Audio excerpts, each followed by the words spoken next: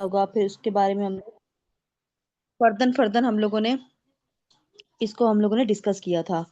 اب ہم چلتے ہیں آگے کی طرف، جہاں ہم لوگوں نے شروع کرنا ہے اپنا سبق۔ المراد بقولہم ھذا حدیث صحیح او ھذا حدیث غیر صحیح، کہ کیا مطلب ہے اس قول کا جب کہا جاتا ہے ھذا حدیث صحیح یا ھذا حدیث غیر صحیح۔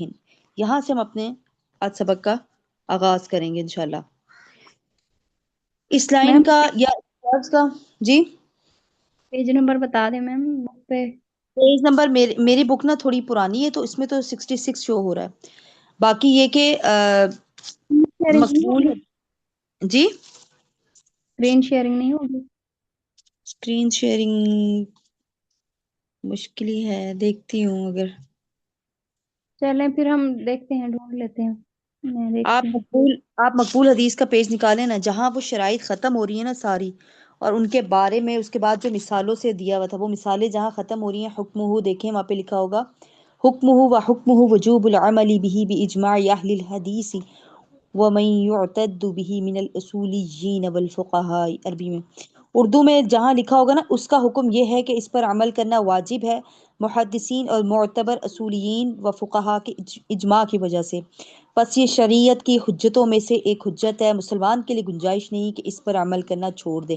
یہاں تک ہم کر چکے تھے، اب دیکھ لیں یہ نظر آیا آپ کو؟ صحیح حدیث کا حکم آتا ہے وہیں سے نا؟ ہاں ہاں ہاں ہاں، بالکل بالکل۔ المراد یہ بقولہم ھذا حدیث 42 پیج، صحیح۔ ہاں جی جی چلیں، جی 42 پیج۔ ہاں یہ 42 پیج، چلیں انہوں نے بتا دیا، اب آپ اس کو دیکھ لیں، ٹھیک ہے۔ 40 آپ لوگ کا 42 پیج ہوگا یا پی ڈی ایف میں، میرے پاس یہاں پہ 66 پیج ہے۔ میں دوبارہ ہیڈنگ پڑھ دیتی ہوں، ہم لوگ کہاں سے شروع کر رہے ہیں، عربی اور اردو دونوں میں۔ المراد بقولہم ھذا حدیث صحیح او ھذا حدیث غیر صحیح، محدثین کے اس قول سے کیا مراد ہے کہ ھذا حدیث صحیح یا ھذا حدیث غیر صحیح، اس قول سے کیا مراد ہے، ہم یہاں سے شروع کریں گے کہ جب یہ قول یا یہ لکھا ہوا آئے یہ، تو اس سے کیا مراد ہوگا، جب لکھا ہوا ہے ھذا حدیث صحیح، اس سے کیا مراد ہوگا، یا لکھا ہوا ہے ھذا حدیث غیر صحیح کہ یہ حدیث غیر صحیح ہے، تو اس سے کیا مراد ہوگا۔ 43 پیج ہے، سمیرا سسٹر نے یہاں پہ مینشن کیا ہے اس کو۔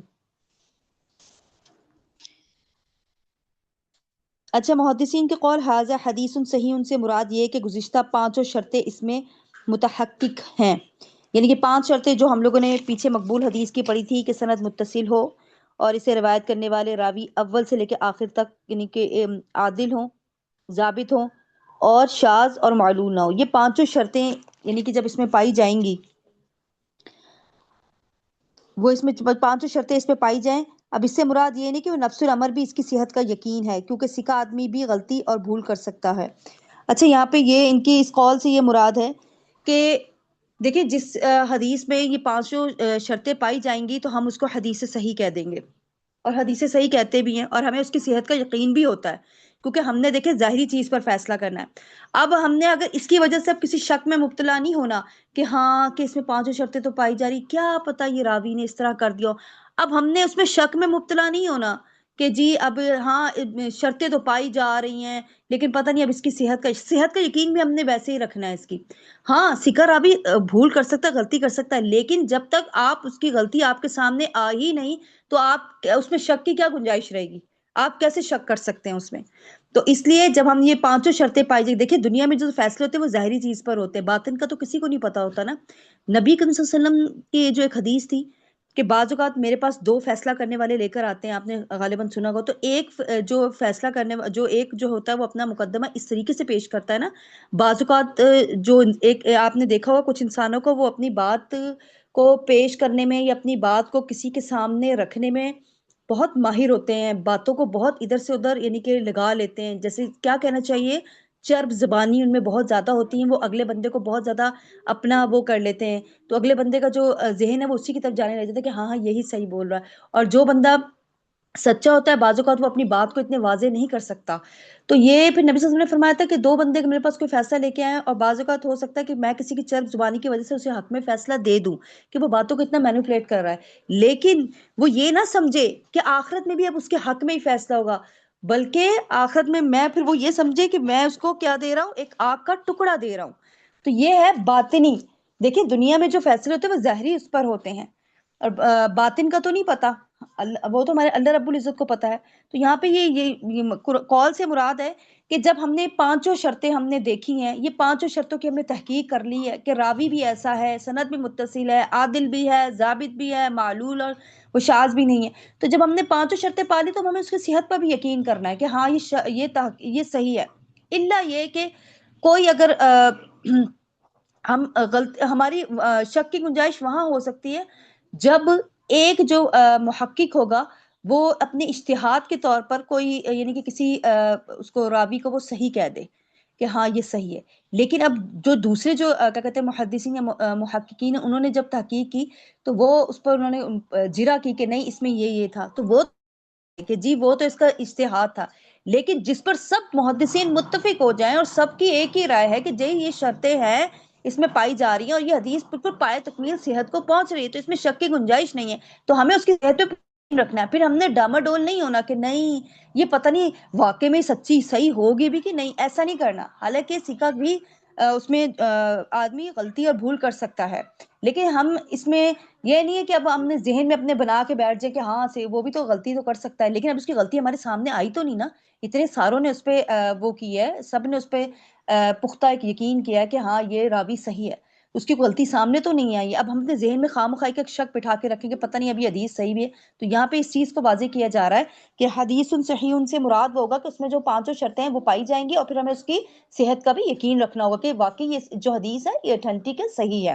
پھر اس میں ہم نے ڈاماڈول نہیں ہونا، اس میں ہم نے کوئی ظنی کا یہ کسی چیز کا حکم نہیں لگانا جس طرح کے دوسرے اکثر لوگ لگاتے ہیں کہ نہیں یہ ظنی ہے یا یہ اتنی اس کی نہیں پہنچی، یہ اتنی تعداد کو نہیں پہنچ سکی، اب اس میں عمل ہوگا کہ نہیں ہوگا. ایسے ڈاماڈول ہم نے چہ مگوئیاں نہیں کرنی. ہمارے پاس حدیث آ گئی ہے، اس میں شرائط پائی جا رہی ہیں اور اس پہ حدیث صحیح کا حکم لگا ہے، تو ہم نے بھی اس کو مینوان اسی طرح کرنا ہے. اس میں اس میں ہم نے کسی اس کا شک کا کوئی اظہار نہیں کرنا. اچھا اگر والمراد بقولہم، اور اگر محدثین کا یہ قول آ جائے کہ ھذا حدیث غیر صحیح، تو اس سے مراد کیا ہوگا؟ اس سے مراد یہ ہے کہ اس حدیث میں صحت کی گزشتہ 5 شرطیں متحقق نہیں، یعنی کہ اس میں ہوگا کہ 5 شرطوں میں سے کوئی شرط نہیں پائی جا رہی. اگر تو حدیث صحیح ہوگی، صحیح کہیں پہ بھی لکھا ہوگا نا کہ حدیث صحیح ہے، تو صحیح سے مراد ہوگا، صحیح سے یہ مراد ہوگی کہ اس میں وہ 5 شرطیں جو وہ پائی جا رہی ہیں. اور اگر کہیں ایسی آ جائے کوئی حدیث جس کے آگے لکھا ہوا ہو، جس کے آگے حکم یہ لگا ہوا ہو ھذا حدیث غیر صحیح، تو اس سے مراد یہ ہوگا کہ وہ جو ہم نے مقبول حدیث کی جو 5 شرائط پڑھی ہیں اس میں سے کوئی ایک شرط یا تو کوئی ایک نہیں اس میں سے پائی جا رہی، یا ہو سکتا ہے ساری نہ پائی جا رہی ہوں. تو یہ مطلب نہیں ہوگا وہ نفس الامر میں ہی جھوٹ ہے. اب ہم یہ نہیں کہہ دیں گے کہ یہ حدیث تو جھوٹ ہے. جھوٹ کا اطلاق بھی ہم کسی وجہ سے لگاتے ہیں. اب جس طرح کہ ایک حدیث آئی ہمارے پاس، وہ ہے وہ منقطع تھی یا مرسل تھی. آپ آگے دیکھیں گے حدیثوں کے آگے لکھا ہوا ہوتا ہے ضعیف.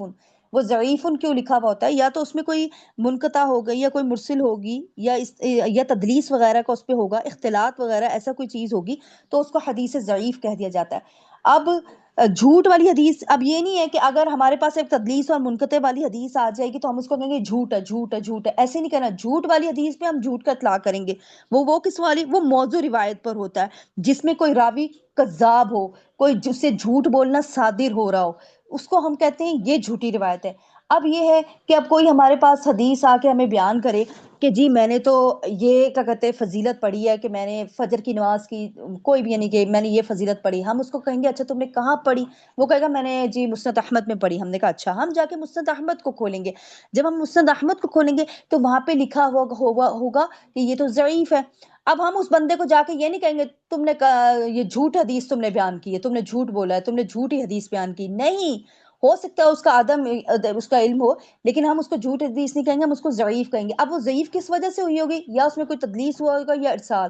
کیونکہ جو جھوٹ حدیث ہوتی ہے نا وہ موضوع حدیث کی جب ہم لوگ بحث پڑھیں گے وہ ان میں آئے گی. کیا کوئی راوی کوئی متہم بالکذب ہوگا، اس پر کوئی جھوٹ کی تہمت لگی ہوگی، یا اس سے کوئی جھوٹ بولنا صادر ہوگا، یا وہ حدیث سے خود سے گھڑتا ہوگا، تو اس کو حدیث جھوٹ کہا جائے گا. یہ نہیں ہے کہ اگر ہمیں اب کوئی حدیث، اکثر ہوتا ہے نا ایسا کہ ہمارے حدیث کوئی علم میں نہیں ہوتی، اور اگر کوئی ہمیں بتائے تو ہم اس کو کہتے ہیں اپنی اس عدم علم کی وجہ سے۔ اب جن لوگوں نے تو علم حاصل کیا ہوا ہے یا جو پڑھ رہے ہیں تو وہ تو کہیں گے کہ نہیں، میرے علم میں ایسی حدیث نہیں ہے، یہ میں نے ایسی کوئی نہیں پڑھی، چلے میں اس پہ تحقیق کروں گی تو آپ کو بتا دوں گی۔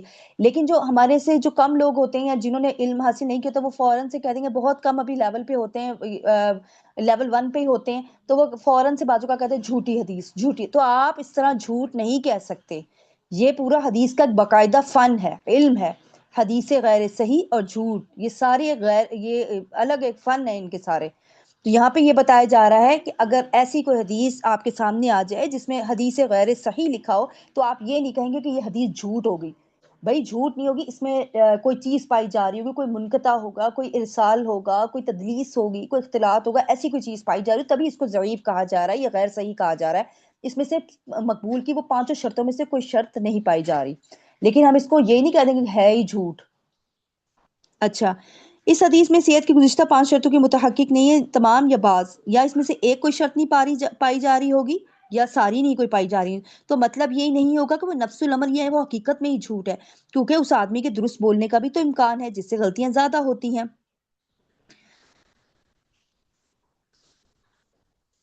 اتنی بات کلیئر ہے آپ کو کہ حدیث صحیح اور جب غیر صحیح آئے تو اس سے کیا مراد ہوگا؟ حدیث صحیح وہ ہوگا جس میں مقبول کی شرائط پائی جا رہی ہوں گی، اور حدیث غیر صحیح سے مراد ہوگا جس میں مقبول کی کوئی ایک شرط نہیں پائی جا رہی ہوگی، ساری شرطیں پائی نہیں جا رہی ہوں گی۔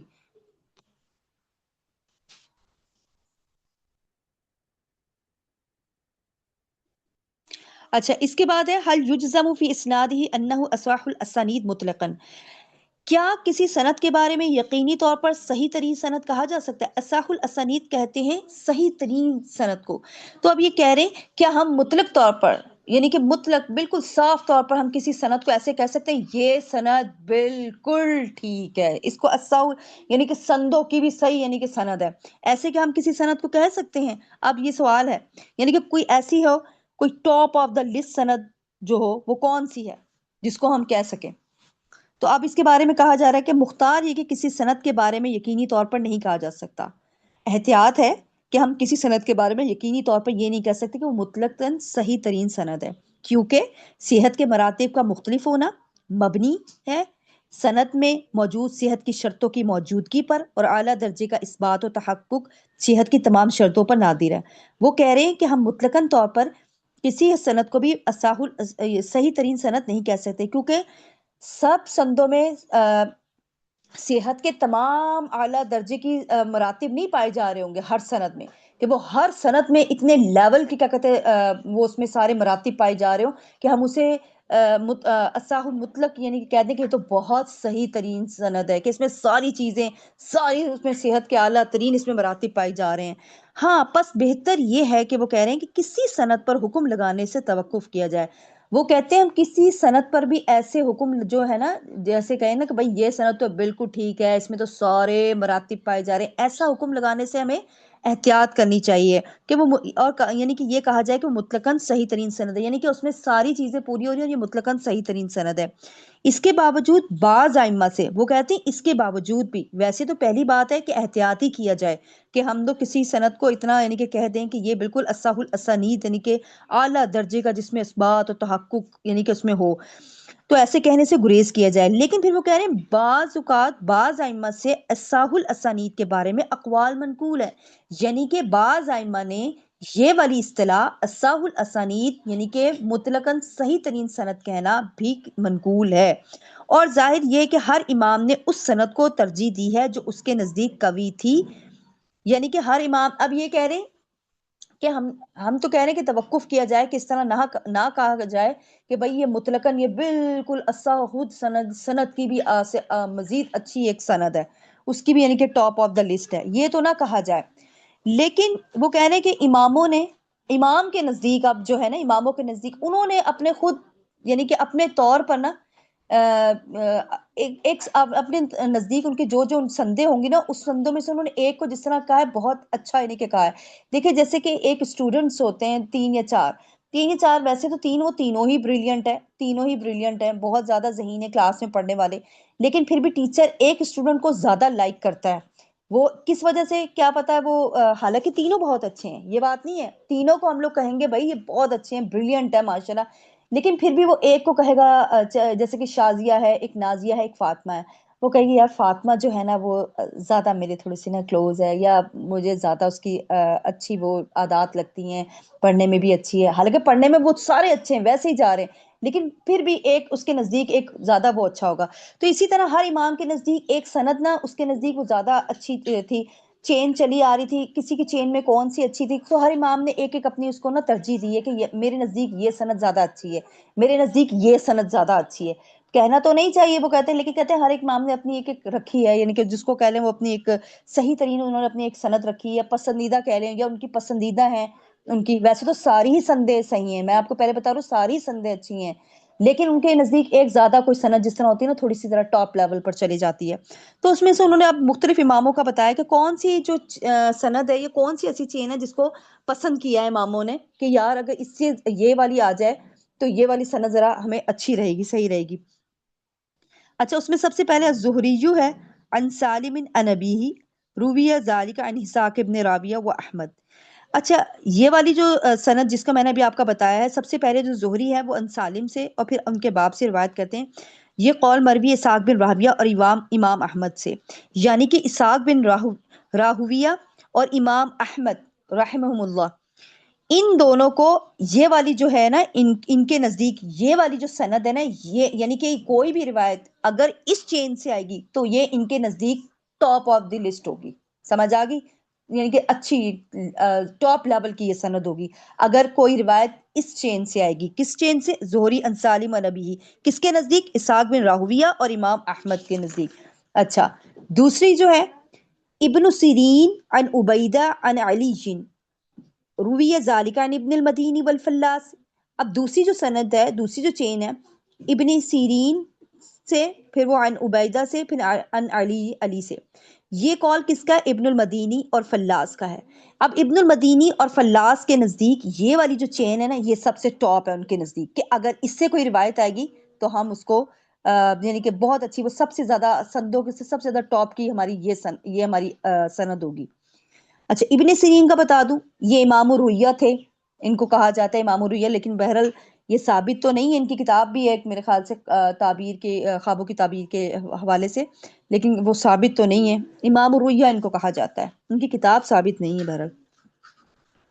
اچھا تیسری جو چین ہے العامش عن ابراہیم عن الکمۃ عن عبد اللہ روی ذالک عن ابن معین۔ اب جو تیسری جو ایک چین ہے جو ایک اچھی سند ہے ٹاپ کی، وہ کس کی ہے؟ عامش کی عن ابراہیم سے، عن الکمہ کی عن عبداللہ بن مسعود سے، یہ قول ہے ابن معین کا۔ ابن معین جو ہے ان کو یہ والی جو وہ اس والی جو سند کو نا وہ اصح الاسانید میں وہ کرتے ہیں، شمار کرتے ہیں، ان کے نزدیک یہ والی جو چین سے اگر کوئی بھی روایت آئے گی تو وہ اس کو اصح الاسانید تصور کریں گے۔ اچھا اس کے بعد ہے الزہری عن علی بن حسین عن ابیہ عن علی۔ اب یہ قول کس کا؟ یہ ابو بکر بن ابی شیبہ کا ہے۔ ابو بکر بن ابی شیبہ کے نزدیک اگر کوئی روایت اس چین سے آئے گی، زہری پھر عن علی بن حسین عن ابی عن علی، تو وہ ان کے نزدیک ٹاپ آف دا لسٹ ہوگی تمام سندوں میں سے۔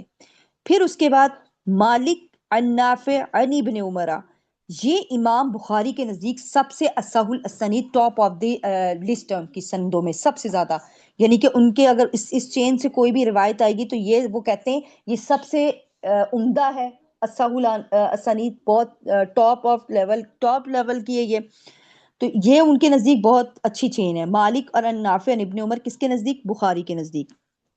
اچھا یہ تمام جو میں نے ابھی اماموں کا بتایا ہے، میں نے پھر بتا رہی ہوں یہ اصح الاسانید جس کو یہ لوگ ٹاپ آف دا لسٹ کہتے ہیں کہ کون سی اسانید ہیں جن کو کہا جائے، لیکن سب سے پہلے میں آپ کو یہ بتا دوں کہ وہ کہہ رہے ہیں کہ احسن الاسانید کے بارے میں انہوں نے کہا ہے کہ اس کے بارے میں حکم لگانے سے یعنی کہ توقف ہی کیا جائے، اس طرح نہ کیا جائے کہ یہ سند مطلقاً ہی ٹھیک ہے، یعنی کہ اس میں سارے ہی صحت کے درجے مراتب پائے جاتے ہوں گے، لیکن پھر انہوں نے کہا کچھ ائمہ نے اپنی کچھ پسندیدہ یعنی کہ ان کے نزدیک رہی ہوں گی کچھ پسندیدہ ان کی ہیں، تو انہوں نے یہ کچھ اماموں کے نام بتائے ہیں کہ ان اماموں کی یہ چین جو ہے نا یہ ان کی ٹاپ آف دا لسٹ ہوتی تھی ان کی، یعنی کہ وہ اس چین سے بہت کوئی اگر روایت آتی تو وہ اس کو بہت زیادہ اصح الاسانید مانتے تھے۔ اچھا یہ تو تھی ان کی بحث۔ اب کہہ رہے ہیں کیا کیا کوئی ایسی صحیح احادیث کی کتاب موجود ہے کوئی؟ اور وہ کون سی ایسی صحیح احادیث کی کتاب ہے جو پہلی تصنیف ہے؟ اب ہم اس کے بارے میں پڑھیں گے۔ مجرد صحیح حدیث میں سب سے پہلی تصنیف کون سی ہے؟ صرف صحیح حدیث کے بارے میں پہلی کتاب جو ہے وہ صحیح البخاری ہے، پھر صحیح مسلم ہے، اور یہ دونوں جو ہیں قرآن کے بعد تمام کتابوں سے زیادہ صحیح ہیں۔ کون سی کتابیں؟ بخاری، صحیح البخاری اور صحیح مسلم، یہ دونوں قرآن پاک کے بعد تمام کتابوں سے زیادہ صحیح ہے، اور امت کا اجماع ہے ان دونوں کتابوں کی تلقی بالقبول پر۔ تلقی بالقبول ایک اصطلاح ہوتی ہے، اس کا اردو میں آپ ترجمہ کہہ لیں ہاتھوں ہاتھ لینا، یعنی کہ صحیح البخاری اور مسلم، آپ کو پتہ ہے نا صحیح البخاری اور مسلم کی جب کوئی روایت آ جائے تو اس کو رد کرنے کا ہمارے پاس کوئی وہ نہیں ہوتا، کوئی ریزن نہیں ہوتا، اس کو ہم رد نہیں کر سکتے، تو اس کو کہتے ہیں ہاتھوں ہاتھ لینا، کہ ہمیں اس پر یقین ہے۔ قرآن پاک کے بعد کتابوں میں سب سے زیادہ جو صحیح کتابیں ہیں وہ ہیں سب سے پہلے صحیح البخاری، اور پھر سیکنڈ پہ آتی ہے صحیح مسلم۔ اچھا، اب یہ تو انہوں نے ہمیں دو کتابیں بتا دی کہ صحیح حدیث پہ کون سی کتابیں ہیں جو کون سی پہلی تصنیف ہے جو لکھی گئی ہیں، تو وہ ہم نے پڑھ لی صحیح بخاری اور صحیح مسلم۔ اب مزید وہ آگے کہہ رہے ہیں ایہما اصح، اب ان دونوں کتابوں میں سے زیادہ کتاب کون سی صحیح ہے؟ اب انہوں نے یہ تو بتا دیا ہمیں کہ صحیح بخاری ہے، اور قرآن پاک کے بعد دو یہ کتابیں تمام کتابوں سے زیادہ صحیح ہیں قرآن پاک کے بعد، کون سی؟ صحیح بخاری، صحیح مسلم۔ اب وہ کہہ رہے ہیں ان دو کتابوں میں سے زیادہ صحیح کون سی ہے، صحیح بخاری یا صحیح مسلم، یعنی کہ کون سی 1 اور 2 ہے پہلے نمبر پہ۔ اب وہ کہہ رہے ہیں ان دونوں میں سے کون سی کتاب زیادہ صحیح ہے، تو ان دونوں میں سے کتاب جو زیادہ صحیح ہے وہ ہے البخاری۔ بخاری ان دونوں میں زیادہ صحیح ہے اور زیادہ فوائد والی ہے۔ اب وہ بتا رہے ہیں کیوں بخاری زیادہ صحیح ہے، اب اس کے ریزن بتا رہے ہیں وہ آگے۔ اس لیے کہ بخاری کی احادیث کی اسناد پوری طرح متصل ہے، ٹھیک ہے، اور اس کے راوی زیادہ ثقہ ہیں، اور ثقہ میں آپ کو میں بات بتا دوں عادل اور ضابط دونوں چیزیں آتی ہیں، اور اس لیے بھی کہ اس میں وہ فقہی استنباط اور حکمت بھرے نکات ہیں۔ اگر آپ صحیح بخاری اگر آپ نے کبھی دیکھا ہو، یا آپ کو اللہ کرے انشاءاللہ آپ اس کو آگے پڑھیں، تو صحیح بخاری کی جو امام بخاری نے جو اس کی تطبیق کی ہے وہ بڑے اچھے طریقے سے کی ہے، پھر اس کا جو ترجمۃ الباب ہے وہ بڑا اچھا انہوں نے قائم کیا ہے، اس کے بعد اصحاب اور تابعین کے اقوال نقل کرتے ہیں، پھر قرآنی آیات سے ابواب کو بھی لے کر آتے ہیں، ابواب بھی باقاعدہ قرآنی آیت کے ساتھ باندھے، ہم نے بھی لاسٹ اس میں پڑھی تھی پچھلے سال ہم لوگوں نے، تو باقاعدہ قرآنی آیات کے ساتھ انہوں نے ابواب بھی باندھے ہیں، تو ان کی ماشاءاللہ جو ہے وہ صحیح بخاری جو ہے وہ ماشاءاللہ بہت، یہ جس طرح انہوں نے لکھا ہوا ہے کہ اس میں وہ فقہی استنباط اور حکمت بھرے نکات ہیں، واقعی میں ہر ایک چیز کو بہت اچھا مینشن کیا گیا جو صحیح مسلم میں نہیں ہے، اور صحیح بخاری کا صحیح مسلم سے زیادہ صحیح ہونا باعتبار مجموعہ کے ہے، یعنی کہ ایک جنرل اسٹیٹمنٹ ہے، ورنہ مسلم میں بعض ایسی احادیث موجود ہیں جو بخاری کی بعض احادیث سے زیادہ قوی ہیں۔ وہ کہہ رہے ہیں کہ ہم لوگ جنرل اسٹیٹمنٹ اگر دی جائے یا زیادہ اچھا ہم لوگ کسی چیز کو پریفر کریں، جیسے دو چیزیں ہمارے پاس ہیں دونوں ہی اچھی ہیں، پھر ہم سے کوئی پوچھتا ہے نا زیادہ کون سی، اکثر پوچھتے ہیں نا کہ زیادہ آپ کیا ہمیں ریکمینڈ کریں گے، تو بعض اوقات پھر جو آپ کوئی چیز کو پوچھے تھے پھر زیادہ کہتے ہیں اچھا زیادہ پھر مجھے یہ اچھی لگی تم اس کو لے لو، کوئی بھی چیز اگر آپ، تو اسی طرح وہ کہہ رہے ہیں کہ جنرل ایک اسٹیٹمنٹ اگر دیا جائے تو وہ یہ کہ صحیح بخاری کا جو ہے وہ زیادہ یعنی کہ وہ اچھا ہے، ورنہ وہ کہہ رہے ہیں مسلم میں بھی بعض احادیث ایسی ہیں جو بخاری کی بعض احادیث سے زیادہ قوی ہیں، ورنہ وہ کہہ رہے ہیں کہ مسلم میں کچھ حدیث ایسی آئی ہیں جو کہ بخاری سے بھی زیادہ قوی ہیں، لیکن ایک جنرل بات کی جائے نا، ساری چیزوں کو دیکھ کے بات کی جائے، ابواب کے لحاظ سے دیکھا جائے، ابواب کی ترتیب کے لحاظ سے دیکھا جائے، اس کے علاوہ اور ان کا استنباط کرنے کے لحاظ سے دیکھا جائے امام بخاری کی، تو جنرل بات کی جائے تو جو صحیح بخاری ہے وہ زیادہ ان سے زیادہ صحیح ہے۔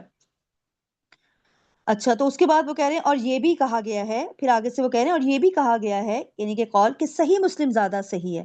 اب یہ جس نے یہ کہا ہے نا کہ صحیح مسلم زیادہ صحیح ہے، یہ مغرب والے علماء کا اکثر یہ قول ہے، اندلوسیوں وغیرہ کا، وہ زیادہ اس چیز کو، جو مغرب کے جو علماء ہیں نا، جو مغرب کے علماء، وہ صحیح مسلم کو صحیح بخاری سے زیادہ وہ مانتے ہیں، ان کو زیادہ ترجیح دیتے ہیں، لیکن بہرحال میں نے بتا دیا مغرب والے علماء کا یہ ایک ہے۔ اچھا، لیکن زیادہ درست پہلا قول ہے، اور پہلا قول کیا ہے کہ جو زیادہ صحیح ان دونوں میں سے ہے وہ صحیح بخاری ہے، اور جو 2 نمبر پہ آتی ہے وہ صحیح مسلم ہوتی ہے۔ صحیح مسلم ہے. یہاں ہماری ایک بحث یہاں پہ کمپلیٹ ہوتی ہے. اب اگلی بحث ہم انشاءاللہ اگلے اس میں پڑھیں گے. تو آج ہم نے پڑھا کہ صحیح جہاں لکھا ہوگا تو اس کا کیا مطلب ہوتا ہے، غیر صحیح جو لکھا ہوتا ہے اس کا کیا مطلب ہوتا ہے. صحیح وہ ہوتا ہے جس میں تمام شرائط پائی جائیں، غیر صحیح وہ لکھا ہوگا جس میں کوئی صحیح کی کوئی مقبول کی یعنی کہ کوئی شرط ایک کوئی مس ہوگی یا تمام مس ہوگی. لیکن ایک یا زیادہ مس ہونے سے ہم اس حدیث کو اللہ معاف کرے جھوٹی قرار نہیں دے دیں گے کہ بھئی یہ ہے ہی جھوٹی، ایسا نہیں ہو سکتا. وہ اگر ضعیف کہا جا رہا ہے تو اس میں کوئی نہ کوئی وجہ کوئی نہ کوئی ریزن پایا جاتا ہوگا جو ضعیف کا ہوگا. جھوٹ کی میں نے آپ کو بتایا ایک الگ ہی ایک بحث ہے جو کہ ہم انشاءاللہ اس میں جا کے پڑھیں گے. اس کے بعد پھر اصح الاسانید کیا کہا جا سکتا ہے کسی سند کو؟ کیا کسی سند کو بہت محبوب ترین کہا جا سکتا ہے؟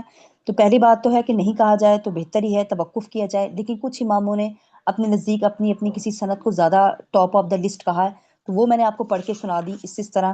اور اس کے بعد پھر کہا گیا کہ حدیث کوئی ایسی تصنیف ہے صحیح حدیث پہ جو لکھی گئی، تو وہ کون سی تصنیف ہے؟ وہ صحیح بخاری اور صحیح مسلم ہے جو کہ قرآن پاک کے بعد آتی ہیں دونوں. پھر دونوں کتابوں میں سے زیادہ صحیح کون سی ہے؟ وہ بخاری کی ہے. 1 بخاری، پھر 2 پہ صحیح مسلم.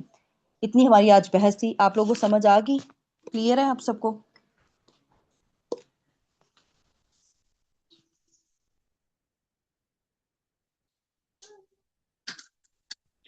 جی میم کلیئر ہے. اور میم جو احادیث ضعیف ہوتی ہیں اس میں جی پھر جی یہی ہوتا ہے کہ تھوڑا بہت وہ اس میں کوئی چین میں تھوڑا سا ہوتا ہے، کمی ہوتی ہے. جی جی جی میں آپ کو بتایا نا، کوئی منقطع ہوگی، منقطع مطلب کوئی راوی بیچ سے گر گیا ہوگا. کوئی مرسل ہوگی، مرسل مطلب کسی راوی نے اپنے استاد کا نام نہیں ذکر کیا بلکہ اس سے اوپر والے استاد کا ڈائریکٹ نام ذکر کر دیا. مثلا میں ہوں، میں اب بات جیسے میں 3 بندوں کی اب بات ہو رہی ہے مجھ سے، جیسے آپ بات کر رہی ہیں اور آپ کے بعد جیسے کہ سمینہ ہے. اب میں کسی کو بات بتائی، مجھے تو اب یہ بات پتہ لگی تھی آپ سے اور آپ کو بات پتہ لگی تھی سمینہ سے، لیکن اب میں جب کسی کو بات بتاؤں گی تو میں ڈائریکٹ سمینہ کا نام لے دوں، آپ کو بیچ سے اسکپ کر دوں، تو یہ ارسال ہو جائے گا، یہ مرسل ہو جائے گی حدیث. سمجھ آ گئی جی کہ جی میم. اور ایک جی جی یہ بھی ہوتا ہے نا کہ ضعیف احادیث کو پھر بعض اوقات اگنور کر دیا جاتا ہے یا اس طرح سے عمل میں نہیں لایا جاتا، تو مینس یہ کہ ان کو عمل میں لانا چاہیے. جی ضعیف عمل میں تو نہیں لائی جاتی نا، ضعیف عمل میں تو نہیں لائی جاتی نا. جی ضعیف پہ عمل تو نہیں ہوتا، ضعیف پہ عمل نہیں ہوتا. لیکن کہنے سے مراد ہے کہ ہم ان کو جھوٹی حدیث نہیں کہا جا سکتا. جھوٹی حدیث کی ایک الگ ہی کیٹیگری ہے، وہ موضوع روایت ہوتی ہے، وہ الگ اس کا ایک بحث آئے گی. ٹھیک ہے، یہاں یہ کہنے کے مراد یہ کہا جا رہا ہے کہ اگر ہمارے سامنے کوئی ضعیف حدیث بھی آ جائے تو ہم اس کو یہ نہیں کہیں گے کہ جھوٹی حدیث ہے، یا اس میں صحیح حدیث کی کوئی شرط نہ پائی جا رہی تو ہم کہہ دیں گے جھوٹی حدیث نہیں کہیں گے. ہم اس کو کہیں گے ضعیف حدیث ہے اور اس میں کوئی نہ کوئی علت وغیرہ پائی گئی ہوگی تبھی جس کی وجہ سے یہ ضعیف ہوئی ہے. یہ لیکن ہم اس کو جھوٹی حدیث نہیں کہتے ہیں. جھوٹی حدیث کا ایک الگ ہی بحث ہے. جھوٹی حدیث کہا جاتا ہے جب کسی کے راوی کا جھوٹ بولنا ثابت ہو چکا ہو، کوئی راوی کذاب ہو جو جھوٹ بہت زیادہ بولتا ہو، جو حدیثیں اپنے پاس سے جھڑتا ہو، اس کو ہم اسپیسیفک نام لے کے کہیں گے اس حدیث کو کہ یہ گھڑی ہوئی حدیث ہے، یہ جھوٹی روایت ہے، یہ گھڑی ہوئی حدیث ہے. سمجھ آئی؟ جی میم جزاک اللہ خیر. چلیں اب انشاءاللہ ہم اس کے بعد اگلی بحث شروع کریں گے. اور آپ لوگ اگر کوئی ٹیسٹ ہے تو ٹیسٹ کا کوئی موڈ ہے تو آپ لوگ مجھے بتا دیجیے گا. ٹیسٹ اس کا کوئی بھی نہیں ہوا اور مجھے کچھ بھی آئیڈیا نہیں ہے کہ آپ کو پیچھے سے کیا آ رہا ہے کیا نہیں آ رہا، تو آپ لوگ نا مجھے ساری جو آپ لوگ ہیں، اب مجھے یہاں پہ اسٹوڈنٹس بھی پورے نہیں آتے مجھے لگتا ہے، اب صرف مجھے بھی ملا کے 4 ہیں. صرف ایک سمیرہ سسٹر ہیں، ایک سمینہ سسٹر ہیں، کلثوم سسٹر ہیں. تو اس کے علاوہ آپ باقی سسٹر سے پوچھ لیجیے گا، تو ان کو پوچھ کے آپ مجھے ٹیسٹ کا بتا دیجیے گا، پھر میں ٹیسٹ آپ لوگوں کا بھیج دوں گی گروپ میں، آپ لوگ مجھے کر کے دے دیجیے گا انشاءاللہ. ٹھیک ہے؟ جی میم ٹھیک ہے. ٹھیک ہے چلیں جی. پھر سبحانک اللہم و بحمدک اشہد ان لا الہ الا انت استغفرک و اتوب الیک. السلام علیکم و رحمۃ اللہ وبرکاتہ.